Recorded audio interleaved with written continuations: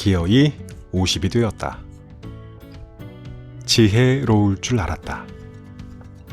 탯줄을 끊고 반백년을 살면 웬만한 시련에도 눈 한 번 감아낼 강인함이 생길 줄 알았다.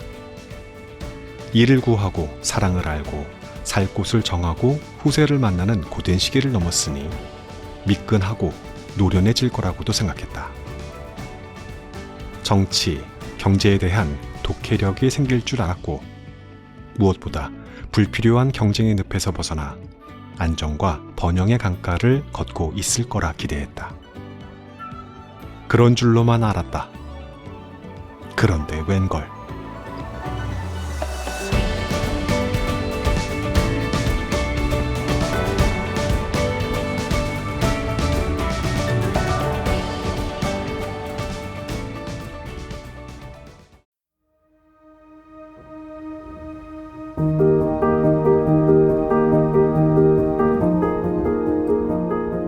안녕하셨습니까? 모두의 아저씨, 책 읽는 자작나무입니다. 인트로 때 읽어드렸던 그 문장 기억나시죠? 예, 그거요. 지혜로울 줄 알았다. 그런데 웬걸. 책의 제목은 조금 알고 적당히 모르는 50이 되었다 인데요. 작가님 소개가 재밌습니다.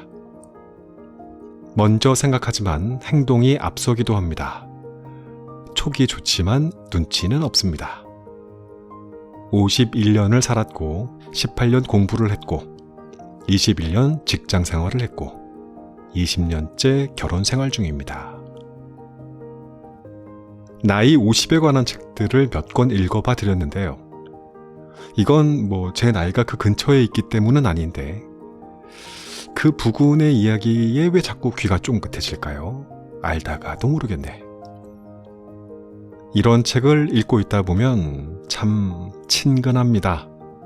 어디 멀고 먼 시대의 위대한 철학가의 말보다 가까운 친구한테 찾아가서 이야기 나누다가 집으로 돌아가는데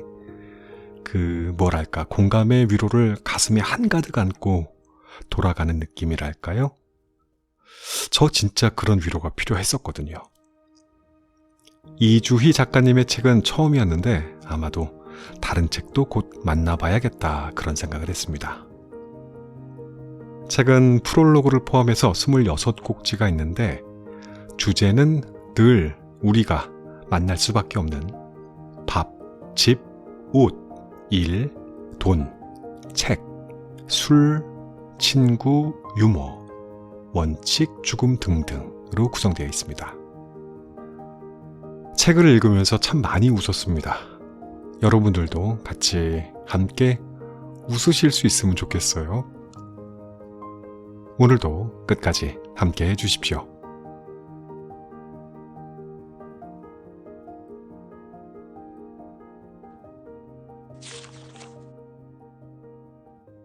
프롤로그 기어이 50이 되었다. 지혜로울 줄 알았다. 탯줄을 끊고 반백년을 살면 웬만한 시련에도 눈 한 번 감아낼 강인함이 생길 줄 알았다. 이를 구하고 사랑을 알고 살 곳을 정하고 후세를 만나는 고된 시기를 넘었으니 미끈하고 노련해질 거라고도 생각했다. 정치, 경제에 대한 독해력이 생길 줄 알았고 무엇보다 불필요한 경쟁의 늪에서 벗어나 안정과 번영의 강가를 걷고 있을 거라 기대했다. 그런 줄로만 알았다. 그런데 웬걸. 마음대로 되는 일은 없고 삶은 여전히 치열하고 정치와 경제는 어떻게 돌아가는지 모르겠고 세상의 변화는 어찌나 빠른지 눈 돌아갈 지경인데 은퇴를, 노후를 준비하라고 세상은 재촉해 댄다. 재력, 명예, 권력, 그 어느 것 하나 쥔 것 없는데 자식은 어느새 무럭무럭 자라났고 부모님은 자그맣고 시든 모습으로 서 계신다. 이 약물고 열심히 살면 완성된 삶이 보상될 거라 믿었는데 이렇게 고백하면 그동안 뭐 하며 살았냐고 무능력자 취급을 받을까 그 또한 두렵다. 영글었던 몸은 퍽퍽해졌고 몸의 기관들도 앞다투어 이상 신호를 보낸다. 살은 늘어지고 뼈는 휘고 이유 없이 아프고 서럽다. 자꾸 뒤를 돌아보고 주춤하게 된다. 그래, 먹고 사는 일은 생각보다 쉬운 일이 아니었던 게다. 100세를 산 것도 이순 고희를 넘은 것도 아닌데 나이를 꺼내놓자니 젖비린내 난다는 소리 들을까 걱정스럽지만 뜻하지 않은 병을 앓으며 가족의 소중함을 알았고 사춘기 청소년처럼 나에 대한 성찰도 사는 것에 대한 고민도 생겼다. 무엇보다 더럭 노후에 대한 걱정이 물밀듯 밀려왔다. 기어이 50. 어느 설문조사에 따르면 사람들은 55세를 중년의 시작이라고 생각한다고 한다. 노년은 62세부터. 그러니 중년이라고 해야 고작 7년. 그런데 한국인의 평균 수명이 83.3세이니 노년은 무려 20년이 넘은 셈이다. 전속력으로 달리던 30, 40대를 지나 이제 겨우 숨 고르기를 하고 있는데 겨우 7년 동안 남은 20년, 아니 그보다 더 길지도 모를 세월을 준비해야 한다니 숨이 찰 수밖에. 적당히 여유롭고 적당히 건강한 이 중년과 함께하는 방법도 모르겠는데 무시무시한 속도로 달려오는 노년은 또 어찌 맞이해야 할지 난감하다.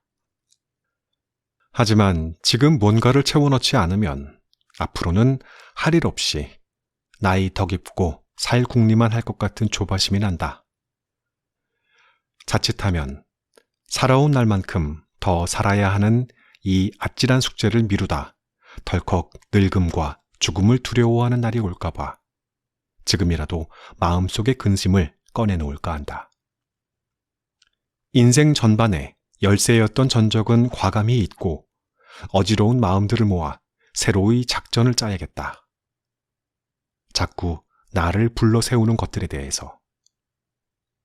나무가 늙으면 뿌리가 많아지고 사람이 늙으면 말이 많아진다는데 뿌리 없이 입만 바빠지는 것이 아닌가 염려스럽지만 지금이라도 개인적인 목표든 공동체의 보편적인 가치이든 버리고 채우지 않으면 안 될 것들에 대해 생각해보고 그 가벼움과 무거움을 짚어봐야겠다. 조금 알고 적당히 모르는 지금이야말로 자기 주도적 삶을 살아갈 적기일 테니. 비가 세차게 내린다. 가진 것은 달랑 작은 우산 하나뿐인데 폭우를 뚫고 종착지까지 가야 한다. 하염없이 걷다 보면 이름 모를 안내자의 도움을 받을 수도 있지만 운이 없을 경우 가지고 있던 변변찮은 보찜마저 빼앗길지도 모르겠다. 하지만 그저 묵묵히 걸어갈 수밖에.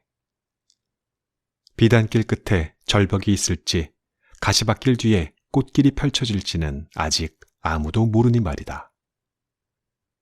게다가 우리는 지금 어디로든 가야 하는 환승역에 서 있으니까. 운동 경기의 전반과 후반 사이에는 쉬는 시간, 하프타임이 있다. 어떤 이는 전반의 전적에 집착하며 단식의 시간을 보낼 것이고 어떤 사람은 곧 펼쳐질 후반전에서 역전을 기록할 작전 타임의 기회로 삼을 것이다. 똑같은 시간 앞에서 누구는 지혜를 얻어 나아가고 누구는 후회와 탄식, 탐욕의 굴레에 머물겠지. 영광스럽게 결승점을 통과할지 누추하고 볼품없는 모습으로 중간에서 쓰러질지 잠시 멈춰서서 방향을 잡아보려 한다. 어느덧 내 나이 50. 지금은 작전 타임 중이다.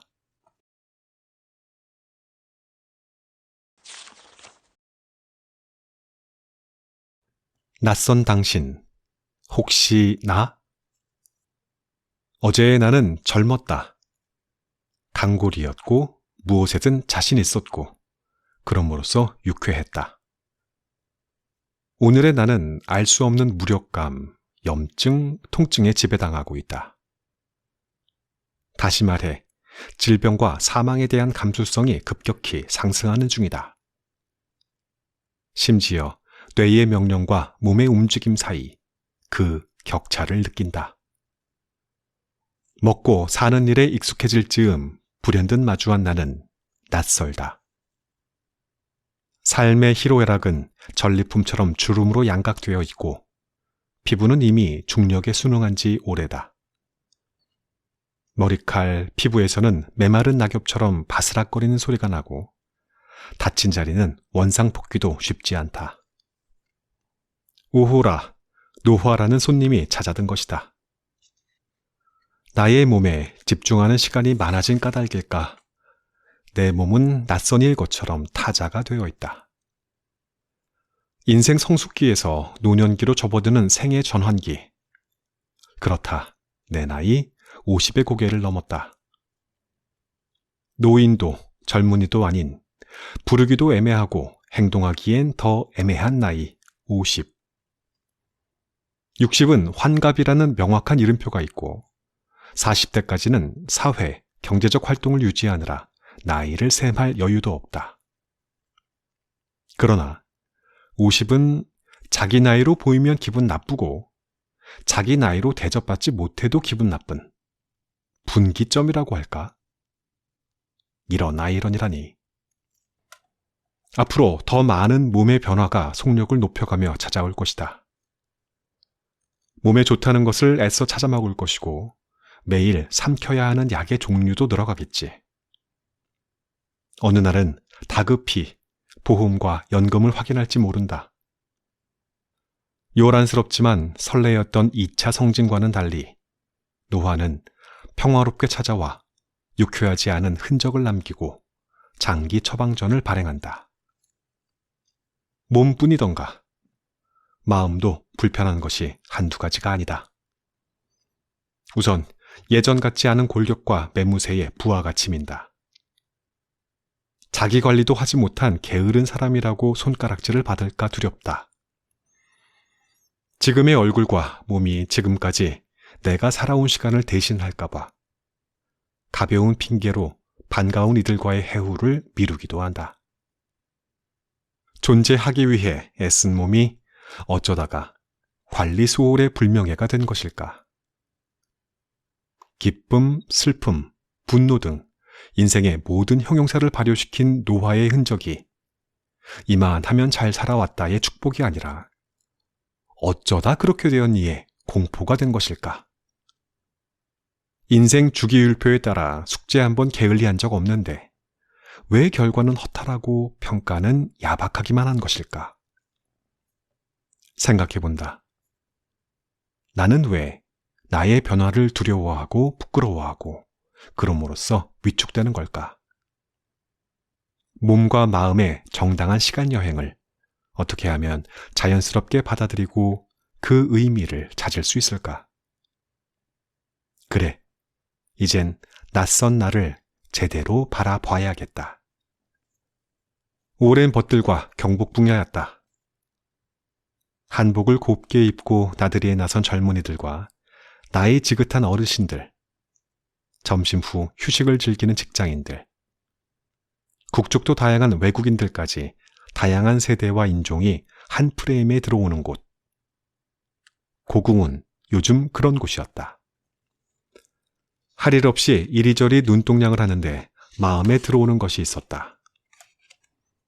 젊은이들은 같은 모양의 한복을 입고 있는데도 저마다 다른 얼굴로 보이는 반면 우리는 각자 다른 옷을 입었는데도 모두가 유사한 외모로 보였다. 젊은이들에게서는 개인의 표정이, 우리들에게서는 무리의 분위기가 읽힌다고나 할까.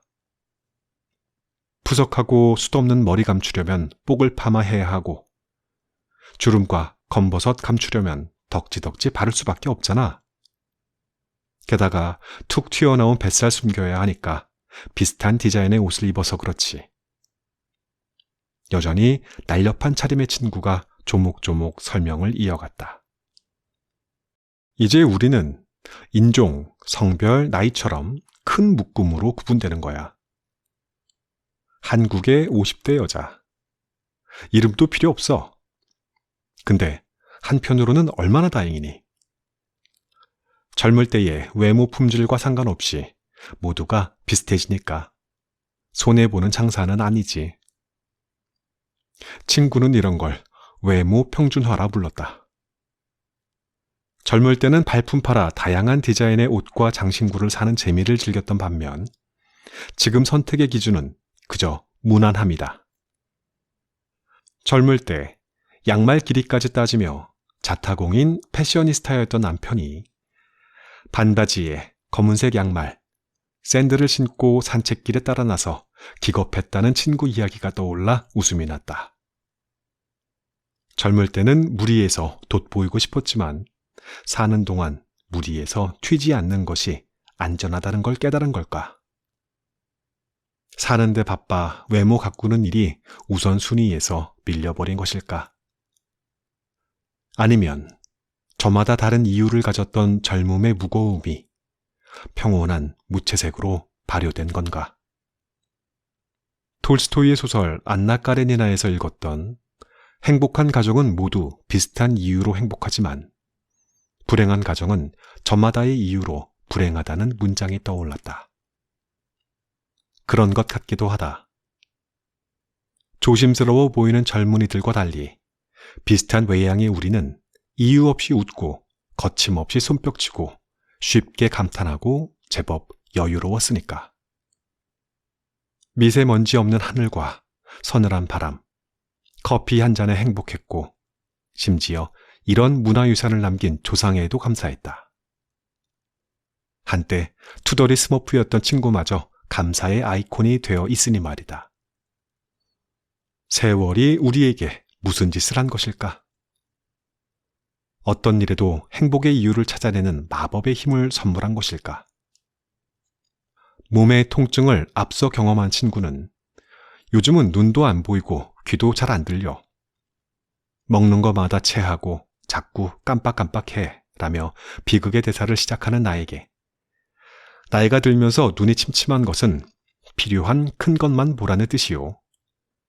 귀가 잘 안 들리는 것은 필요한 큰 말만 들으라는 것이며 이가 시린 것은 연한 음식 먹고 소화불량 없게 하려 함이고 걸음걸이가 부자연스러운 것은 매사에 조심하고 멀리 가지 말라는 것이며 정신이 깜빡거리는 것은 지나온 세월을 모두 기억하면 정신이 너무 괴로울 테니 좋은 기억, 아름다운 추억만 기억하라는 것이라고 말한 다산정약용의 목민심서 속 글귀를 꺼내놓았다. 그런 거래 우리가 늙는 이유가. 허허, 그렇다면 우리가 겪고 있는 노화의 이상신호들은 인생의 문제들을 적극적으로 취사 선택할 수 있는 자격증과도 같은 것이란 말인가? 소설 은교에서 소설가 이조교가 너희의 젊음이 너희의 노력에 의해 얻은 상이 아니듯 내 늙음도 내 잘못으로 얻은 벌이 아니라고 말한 것처럼 낯선 나는 벌이 아니라 훈장일지도 모르겠다는 생각이 든다. 주말 동네 분식집. 부축을 받고 들어선 백발의 할머니는 카레라이스를 뜨며 정말 맛있다를 연발한다. 흔한 음식에 후한 평을 해주니 분식집 사장님도 흐뭇한 미소를 감추지 못한다. 옆에서 수발을 돕던 중년의 여인은 우리 엄만 구순에 식욕도 참 좋으셔 라며 즐거워하고 이웃 테이블 손님의 음식도 덩달아 달콤해졌다. 분식집 사장님은 어르신 덕에 오늘 장사 기분 좋습니다 라며 반찬 인심을 후하게 나눈다. 구순의 할머니는 나의 감옥에 갇혀 허우적대는 나에게 주문을 걸었다. 잘만 하면 나도 나이 구순에 카레라이스를 먹을 수 있다고. 그때도 카레라이스는 여전히 맛있을 거라고 말이다. 톨스토이가 옳았다. 세월은 나의 젊음을 빼앗아갔지만 수만 가지 이유의 불행도 함께 태워버렸다.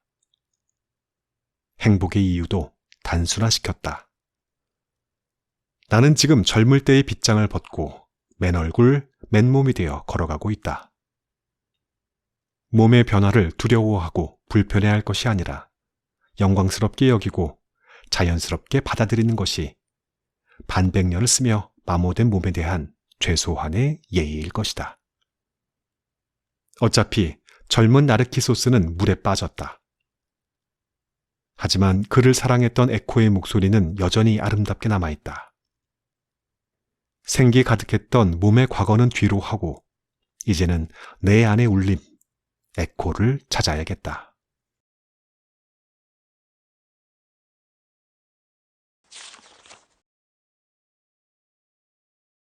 친구, 같은 편과 줄다리기. TV는 온통 불륜 세상이다. 중년 남자의 불륜, 친구 남편과의 불륜, 이웃과의 불륜 등 사연도 다채롭다. 사랑에 빠진 게 죄는 아니잖아 라는 말도 안 되는 대사가 인내와 의리로 살아온 대한민국 보통 아저씨의 가슴에 분노의 불을 지폈다. 평소 드라마에는 1도 관심이 없는 후배마저 당최 현실감이 없는 그런 드라마를 왜 보는지 모르겠어요. 다들 재벌처럼 살고 밥도 안 해먹는 것처럼 집에서 드레스 차려입고 동네 모임은 무슨 귀족사회 사교클럽 같고 다들 힘이 남아 도는지 바람 피우는 사람이나 집착하는 사람이나 이해 불가요 라며 단톡방에 열을 낸다. 드라마는 역시 욕하면서 봐야 제맛이지. 분노와 욕은 시청률을 견인하는 바로미터다. 그런데 역사, 고발 다큐만 챙겨보던 이 후배 녀석도 드라마를 꼼꼼히 챙겨봤다는 건데 근데 너 왜 네가 열을 내고 그래? 수상해 라고 농을 남겼지만 치적 문제에 관심 없는 인류가 어디 있을까? 그런데 드라마 덕후인 친구는 그랬다. 아직도 여자, 남자 문제에서 벗어나지 못한 사람들은 성장하다가 중간에 멈춘 사람들이야. 뭔가 결핍이 있는 거지. 친구와 손잡고 뒷산 오를 나이에 치정이니 복순이 그런 것에서 졸업하지 못하다니 안타까울 뿐이야. 옳다. 10대 때는 친구와의 우정을 위해 노력했고 20대는 이성의 사랑을 위해 30대, 40대는 아이를 키워내는데 온 마음을 내주었는데 이 나이에 다시 이성 문제로 마음을 다치는 건 F1 경기에서 후진 기어를 넣는 것과 다름없는 거다. 얼굴은 50대인데 정신연령이 20대라면 그 반대를 기대하는 사람들에게 얼마나 죄스러운 일인가. 어느 노인이 개구리 한 마리를 잡았는데 개구리가 이렇게 말했다. 저에게 키스를 해주시면 저는 예쁜 공주로 변할 거예요. 그런데 노인은 키스는커녕 개구리를 재빨리 주머니 속에 넣어버렸다. 놀란 개구리는 키스를 하면 예쁜 공주와 살 수 있을 텐데요. 왜 그렇게 하지 않죠? 라고 물었다. 그러자 노인은 자네도 내 나이가 되어보게. 공주보다 제잘되는 개구리가 더 좋다는 걸 알게 될 거야. 라고 대답했다. 노인의 선택은 옳았다. 아무리 아름다운 이성이라도 나의 과거와 현재를 있는 그대로 박제하고 있는 친구와의 수다보다 더 풍성할 리가. 서로 의견이 갈릴 때 어디쯤에서 멈춰야 하는지 알고 있으며 대충 입고 나서도 부끄럽지 않고 형편없는 음식점에서도 음식 탓하지 않고 서로의 이야기에 집중할 수 있는 것이 친구다. 말의 주고받음에 이보다 좋은 조건이 있을까? 친구들과 다시 얼굴을 마주하게 된 건 회사를 그만두고 난 뒤였다. 회사와 집을 오가며 하루하루를 근근히 버틸 때에는 친구에게 어떤 일이 있는지 살필 여유도 없었다. 그저 살아있는지 안부 정도, 친구 아이의 이름, 나이가 어떻게 되는지도 오락가락했다. 내 아이의 일도 제대로 살피지 못하는 시절이었으니 친구의 사정이 아무리 퍽퍽한들 실로 깜깜한 날들이었다. 그런데 지금 친구들은 만혼에 늦둥이까지 낳아 그녀들보다 한참 어린 아이들을 키우는 어설픈 나에게 그 길을 먼저 통과해 한결 여유로워진 모습으로 조언과 위로를 건넨다. 괜찮아. 그런 건 중요하지 않아. 그냥 믿어. 다 잘 될 거야 라고. 한때 철없고 불같았던 그녀들에게도 소복이 세월이 내려앉았다.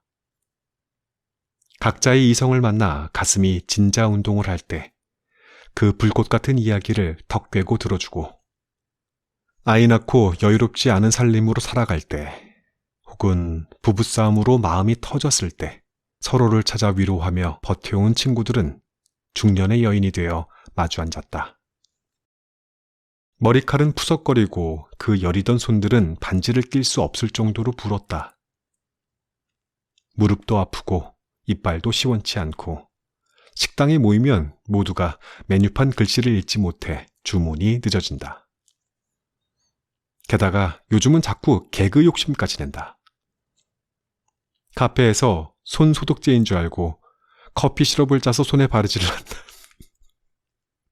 정말 이래요? 죄송합니다. 다시요. 카페에서 손 소독제인 줄 알고 커피 시럽을 짜서 손에 바르질 않나? 이사한 지 몇 달 지났는데도 자꾸 예전 집 호수로 짜장면을 배달시켜 윗집에서 음식이 내려오는 일이 다반사고, 마스크 품귀 상황 중에 발견한 마스크를 신주단지 모시듯 한 움큼 사왔더니 마스크팩이라질 않나. 웃어야 할지 울어야 할지 코미디가 따로 없다. 진짜 다들 이랬나요? 각자 인생의 위기와 고난의 시기는 달랐지만 엇비슷하게 주제가 맞아떨어지는 지금은 실력 좋은 상대와 테니스를 치는 느낌이랄까? 아니, 인생이라는 상대팀과 맞붙어 구령에 맞춰 줄다리기를 하는 느낌이라 해야 하나? 힘도 적당히 붙었겠다. 승산이 없어 보이지도 않는데 게다가 그녀들과 함께라니. 다 이긴 싸움처럼 뒷배가 든든하다. 사실 그녀들의 배포는 장수, 장비보다 크고 요리 솜씨는 대장금 언니 저리 가라. 박사 타이틀만 없지 세상 돌아가는 이치에 누구보다 밝다. 다 합쳐놓으면 예수님이나 공자님쯤은 쉽게 이겨먹을 수도 있을 것 같다. 그러니 귀는 어둡고 눈은 컴컴하고 말은 더 어눌한 지금, 속 좁고 음식 솜씨 없고 세상 이치에 늦은 나에게 과연 이보다 더 좋을 집단지성, 강화학습, 인공지능이 있을까? 친구요? 잘 못 만나요. 제일 친했던 친구가 있었는데 결혼 후에 서로 사는 게 바빠서 뜸해졌어요. 더구나 친구가 지방으로 발령이 나는 바람에. 그런데다 요즘은 절 일부러 피하는 눈치예요. 남편과 좀 옥신각신하는 것 같았는데 그것 때문인지 힘든 거 터놓고 살면 좋겠는데 저도 속상하네요. 아는 엄마는 학창시절 내내 붙어 다녔던 친구가 그립다고 했다. 발 맞춰 함께 걸어가고 싶은데 그러지 못한다며 한숨을 쉬었다. 나 역시 그랬다.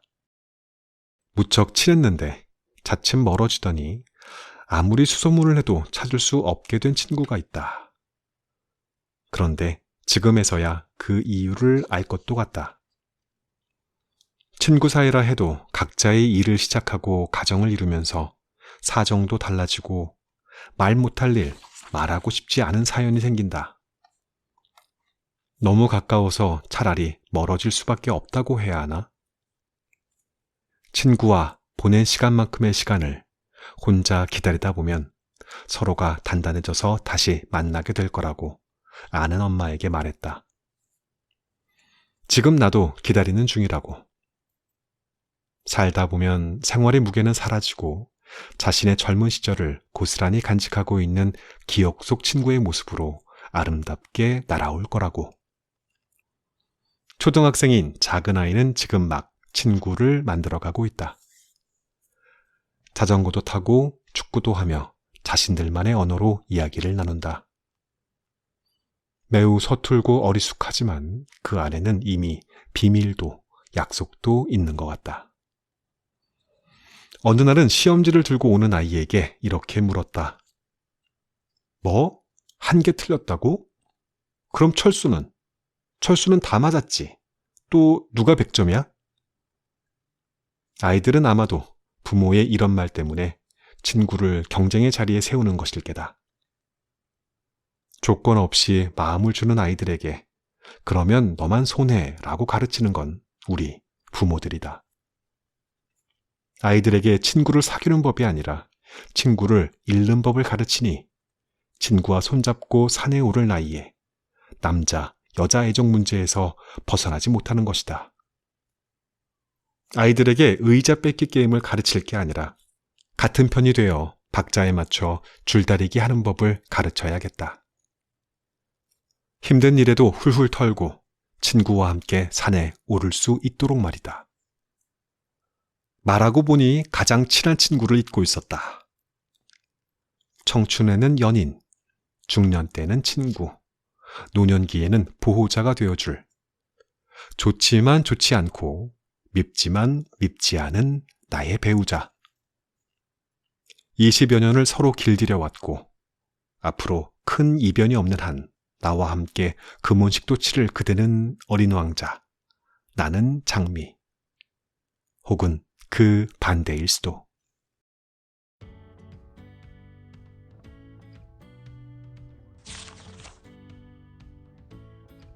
한 챕터의 글들이 길다 보니까 프롤로그 그리고 친구라고 하는 꼭지를 읽고 나서는 바로 에필로그로 넘어오게 될 수밖에 없네요. 아쉬운데요. 에필로그. 그까짓 50. 나를 아끼며 살아보자. 태어난 지 50년, 지난 날을 양탄자처럼 펴서 이어 밟고 서보니 잘한 일, 그저 그런 일, 아쉬운 일, 참으로 못한 일이 무지개처럼 서로 뒤엉켜 있다. 과잉과 결핍은 얼룩져 있고 평온하고 따스했던 시간은 오히려 투명해졌다. 기억은 과거의 사실을 끄집어내는 것이 아니라 과거의 사실에 현재의 감정과 믿음, 지식들을 더딥히는 과정의 결과물이다. 가장 아름다웠다고 기억하는 과거는 아름다웠으면 하는 간절한 소망의 결과물이고 잊힌 기억은 잊고 싶은 기억일지 모르겠다. 아니, 그러면 또 어떠랴? 사실 여부를 떠나 따뜻한 과거는 따뜻한 대로, 차가운 기억은 차가운 대로 두는 것도 나쁘지 않겠다. 그래, 지난 50년의 세월은 그렇게 두어야겠다. 반환점을 도는 지금 잠시 숨 고르기를 해본다. 숨이 차기도 지루하기도 할 앞으로의 길이 뒤돌아보면 반짝이는 영광으로 혹은 아름다운 추억으로 남길 바라며 다시 출발 자세를 가다듬는다. 출발 신호에 놀라 뛰기 시작했고 그러다 보니 중간에 넘어지기도 남의 허들을 건드리기도 구간 속도가 턱없이 늦거나 빨랐던 전반전과는 달리 후반전은 천천히 주변의 풍경에 눈길도 주고 함께 걷는 이들과 두런두런 이야기도 나눠야겠다. 그 나지막한 걸음과 함께 생각해볼 몇 가지를 이 책에 담았다. 사소한 것에는 온 신경을 집중하면서 정작 중요한 것을 놓치는 성격이라 이렇게까지 하지 않으면 전반전의 실수를 반복할지도 모르니까 말이다. 이 글을 처음 시작했을 때에는 2019년 꽃잎이 눈처럼 날리는 봄날이었다. 이유 없이 아프고 억울하고 때론 불안함에 숨이 막힐 것 같은 시간이 계속되었다. 제2의 사춘기인지 갱년기인지 이름표를 붙일 수 없는 감정이 오르내렸다. 나의 시간은 그렇게 지난했으나 햇살은 따뜻했고 파스텔색의 젊은이들은 더없이 발랄했다. 무더운 여름은 숨 쉬는 것만으로도 힘들었다. 노동이 아닌 더위로 흘리는 땀은 사람을 지치게 했지만 서늘한 바람이 부는 가을을 맞으면 봄의 통증, 여름의 짜증이 제법 가라앉기 시작했다. 그런데 겨울을 맞으며 생각지도 않던 코로나19 바이러스가 일상을 침범했다. 일상은 상상하기 힘들 정도로 단순해졌다. 집과 마트를 오가며 가족들의 삼시세끼를 해결하고 집 인근을 산책하는 것이 전부. 문화센터, 헬스장, 친척집 방문, 지인과의 모임, 이웃과의 수다, 독서 모임, 강의, 마음먹었던 경제활동까지 모두 취소되었다. 단순하고 지루한 일상이라 생각했는데 모임도 많고 아는 사람도 많고 참 많이도 다녔다는 생각이 들었다. 그렇게 온 세계가 힘들고 괴로웠던 2020년이 제대로 된 인사 한 번 없이 이별을 고했다. 앞으로도 시간은 생각보다 솔직한 표정을 지으며 스쳐 지나갈 것이다. 나는 절대 그러지 않을 것이라 생각하고 다짐했던, 결코 예상하지 못했던 일들이 시간의 흐름과 함께 나타나고 사라질 것이다. 세상에 장담할 수 있는 일은 아무것도 없으니 말이다. 그저 담담히 받아들이고 조용히 극복하고 잽싸게 잊어야겠다. 제가 이 책에서 제일 좋아했던 문장입니다. 다시 한번 읽어볼게요. 그저 담담히 받아들이고 조용히 극복하고 잽싸게 잊어야겠다. 그리고 이 책을 펼치고 있는 나이의 동년배들이여, 나이를 먹는다는 건 실로 만만치 않은 일이지만 조금 알고 적당히 모르는 지금, 조금 아프고 적당히 건강한 지금, 또 다른 문을 연다는 것은 얼마나 설레는 일인지. 그저 나를 믿고 그 문을 힘차게 열어보자. 마지막으로 그 문을 여는 나에게 말해주자. 앞으로는 널 아끼며 살겠다고.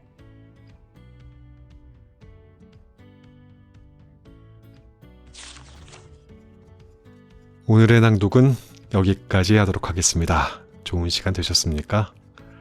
저는 또 다른 좋은 책으로 얼른 찾아오겠습니다. 기다려 주십시오.